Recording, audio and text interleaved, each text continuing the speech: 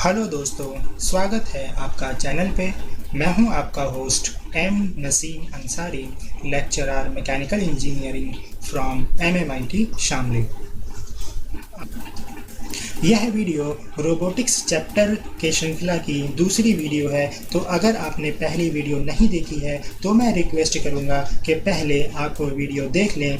Video का link आपको इस वीडियो के डिस्क्रिप्शन में मिल जाएगा। पहली वीडियो के अंदर हमने रोबोट एंड रोबोटिक्स से संबंधी introduction, history, need of robotics, characteristics, robot control loop और लॉज ऑफ रोबोटिक्स को डिस्कस किया था। तो चलिए अब इस वीडियो को शुरू करते हैं। रोबोटिक्स के कॉन्सेप्ट को समझने के लिए एवं इस चैप्टर में जिन शब्दावली का हम बार बार उपयोग करेंगे उन्हें हम एक एक करके विस्तार से समझ लेते हैं।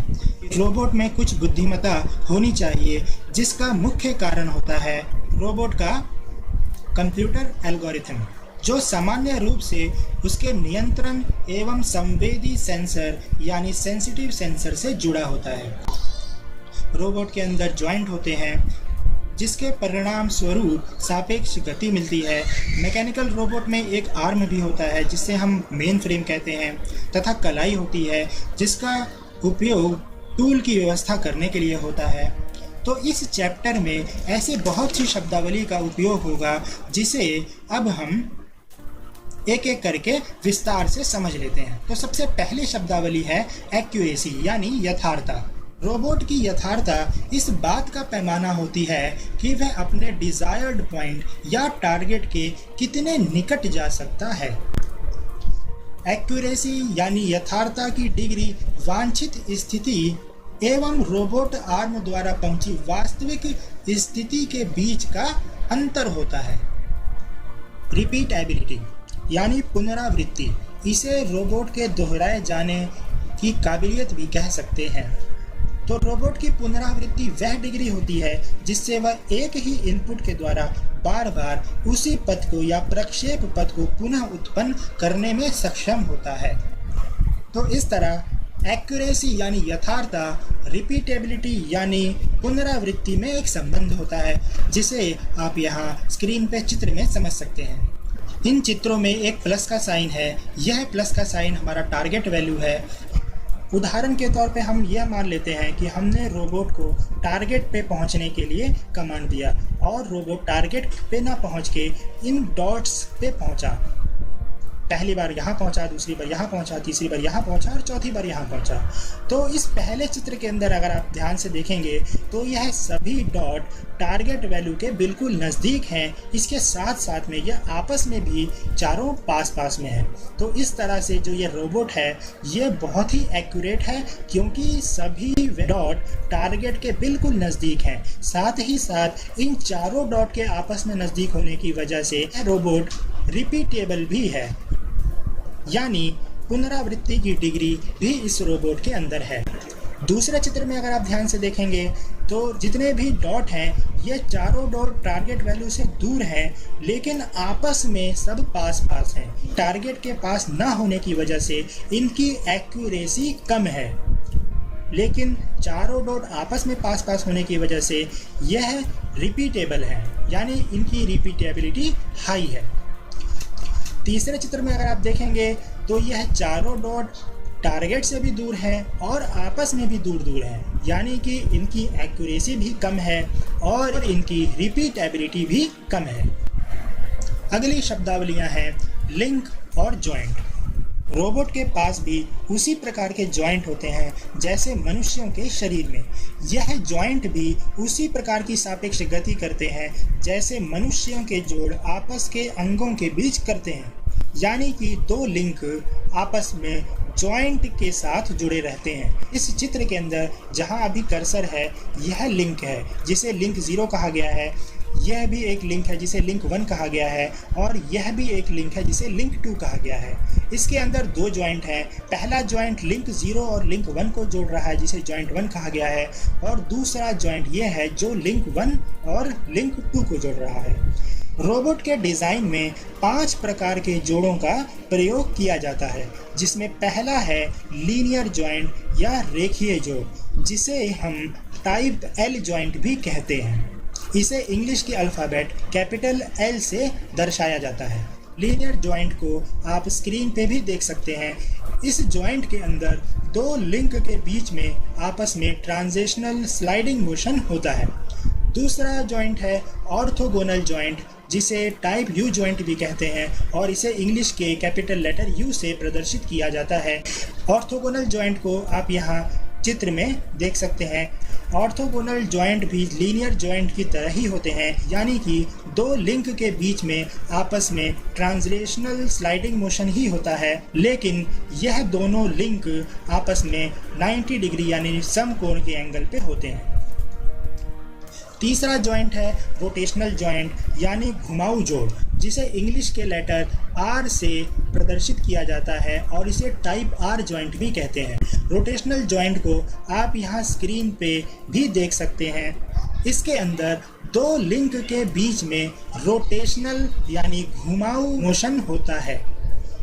चौथा जॉइंट है ट्विस्टिंग जॉइंट यानी मरोड़ जोड़, और इसे टाइप टी जॉइंट भी कहते हैं और इसे इंग्लिश के कैपिटल टी से प्रदर्शित किया जाता है। यह जॉइंट भी आप स्क्रीन पे यहाँ देख सकते हैं। ट्विस्टिंग जॉइंट के अंदर भी रोटेशनल जॉइंट की तरह ही रोटेटरी मोशन होता है। ट्विस्टिंग जॉइंट के अंदर लिंक के घुमाव की जो एक्सिस है वह पैरेलल होती है, लेकिन रोटेशनल जॉइंट के अंदर दो लिंक की एक्सिस आपस में समकोण के एंगल पे होती है। पांचवा जॉइंट है रिवॉल्विंग जॉइंट और इसे इंग्लिश के कैपिटल लेटर वी से प्रदर्शित किया जाता है और इसे टाइप वी जॉइंट भी कहते हैं। यह स्क्रीन पे आप यहाँ लास्ट में देख सकते हैं। इसके बाद अगली शब्दावली है डिग्री ऑफ फ्रीडम यानी स्वतंत्रता की कोटि। यह आपने टॉम सब्जेक्ट के अंदर भी पढ़ा होगा। रोबोट विषय के संदर्भ में डिग्री ऑफ फ्रीडम को रोबोट आर्म के गतिशील अक्षों के द्वारा प्रदर्शित किया जाता है और प्रत्येक जोड़ के साथ एक डिग्री ऑफ फ्रीडम संलग्न होता है। जितनी ज़्यादा डिग्री ऑफ फ्रीडम होगी, रोबोट की फ्लेक्सिबिलिटी भी उतनी ही ज़्यादा होगी।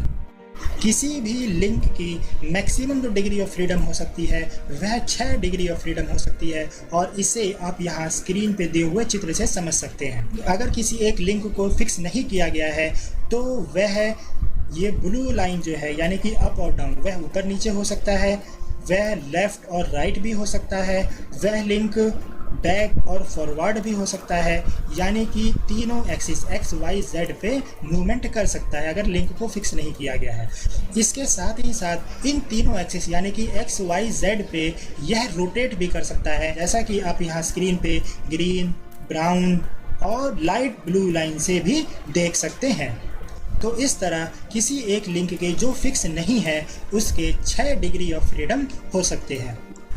रोबोटिक्स विषय के संदर्भ में डिग्री ऑफ फ्रीडम को आप इस चित्र के माध्यम से भी समझ सकते हैं। इस चित्र के अंदर दिए गए लिंक्स को आप मनुष्य के कंधे एवं कलाई से भी कंपेयर कर सकते हैं, जिसमें मनुष्य के शोल्डर और आर्म तीनों दिशाओं में, यानी अगर हम एक्सिस के संदर्भ में समझना चाहें तो एक्स, वाई और जेड डायरेक्शन में मूवमेंट कर सकते हैं, और इसके साथ साथ में जो ये कलाई है यह भी तीनों डायरेक्शन में एक्स, वाई, जेड डायरेक्शन में मोशन कर सकती है, जैसा कि यहाँ चित्र में भी दिखाया गया है। रोबोटिक्स के अंदर इन मोशन को रोल, यॉ और पिच कहते हैं, जो कि हम आगे इस वीडियो में समझेंगे। पेलोड्स सामान्य गति पर उठाए जाने वाले अधिकतम भार को पेलोड्स कहते हैं। सिंपल शब्दों के अंदर पेलोड को रोबोट के भार उठाने की क्षमता भी कह सकते हैं। एंड इफेक्टर रोबोट आर्म के अंत में उपयोगी कार्यों को करने के लिए ग्रिपर या टूल ग्रिपर लगा होता है, जिसे एंड इफेक्टर कहते हैं, जिसके द्वारा आवश्यकता पड़ने पर टूल या अन्य लिंक्स को ग्रिप किया जा सकता है। एंड इफेक्टर्स को आसान भाषा में समझने के लिए आप मनुष्य की उंगलियों से इसे कंपेयर कर सकते हैं, जिसमें हम अपनी उंगलियों के द्वारा वस्तुओं को ग्रिप करते हैं। वर्क वॉल्यूम को वर्क एनवेलप भी कहा जाता है। यह रोबोट के चारों तरफ का वह क्षेत्र होता है जहां तक एंड इफेक्टर पहुंच सकता है। वर्क वॉल्यूम यानी कार्य आयतन का आकार एवं आकृति इस बात पर निर्भर करती है कि रोबोट मैनिपुलेटर में किस प्रकार के जोड़ का प्रयोग हुआ है तथा लिंक का साइज क्या है। वर्क वॉल्यूम यानी कार्य आयतन को आप स्क्रीन पे दिए गए चित्रों के द्वारा भी समझ सकते हैं। इन चित्रों के द्वारा यह दर्शाने की कोशिश की गई है कि अलग अलग कंडीशन के अंदर रोबोट का रिस्ट और एंड इफेक्टर कहां तक पहुंच सकता है और कार्य प्रतिपादित कर सकता है। अगली शब्दावली है पिच, यॉ एंड रोल।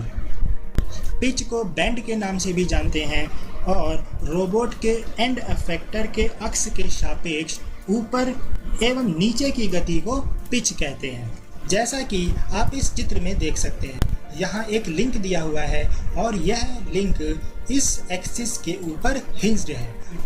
तो इस जॉइंट की वजह से यह लिंक ऊपर और नीचे हो सकता है, इसे कहते हैं पिच। इसके बाद है यॉ। रोबोट के एंड इफेक्टर के अक्ष के सापेक्ष साइड बाय साइड मूवमेंट को यानी लेफ्ट और राइट मूवमेंट को यॉ कहते हैं। इस लिंक के अंदर इस एक्सिस के ऊपर हिंज्ड जॉइंट होने की वजह से यह लिंक लेफ्ट और राइट मूवमेंट कर सकती है, जैसा कि आप यहाँ चित्र में भी देख सकते हैं। इसके बाद है रोल। रोबोट के एंड इफेक्टर के अक्ष के सापेक्ष वृत्तीय गति को रोल कहते हैं। इसे स्विल के नाम से भी जानते हैं। इस लिंक की सापेक्ष वृत्तीय गति यानी रोल को भी यहाँ दर्शाया गया है। इस चित्र के अंदर मनुष्य की कलाई के मूवमेंट को पिच, यॉ एवं रोल के द्वारा प्रदर्शित किया गया है। पिच, यॉ एवं रोल के कॉन्सेप्ट को आप इस चित्र के द्वारा भी और बेहतर तरीके से समझ सकते हैं, जिसमें रोबोट के लिंक को मनुष्य की रिस्ट से कंपेयर करके समझाने का प्रयास किया गया है। तो आज की वीडियो में इतना ही। उम्मीद है आपको आज की वीडियो में डिस्कस हुए सभी टॉपिक्स अच्छे से समझ में आ गए होंगे। अगर कोई भी प्रॉब्लम है तो आप वीडियो के कमेंट सेक्शन में कमेंट करके पूछ सकते हैं। Take care and goodbye.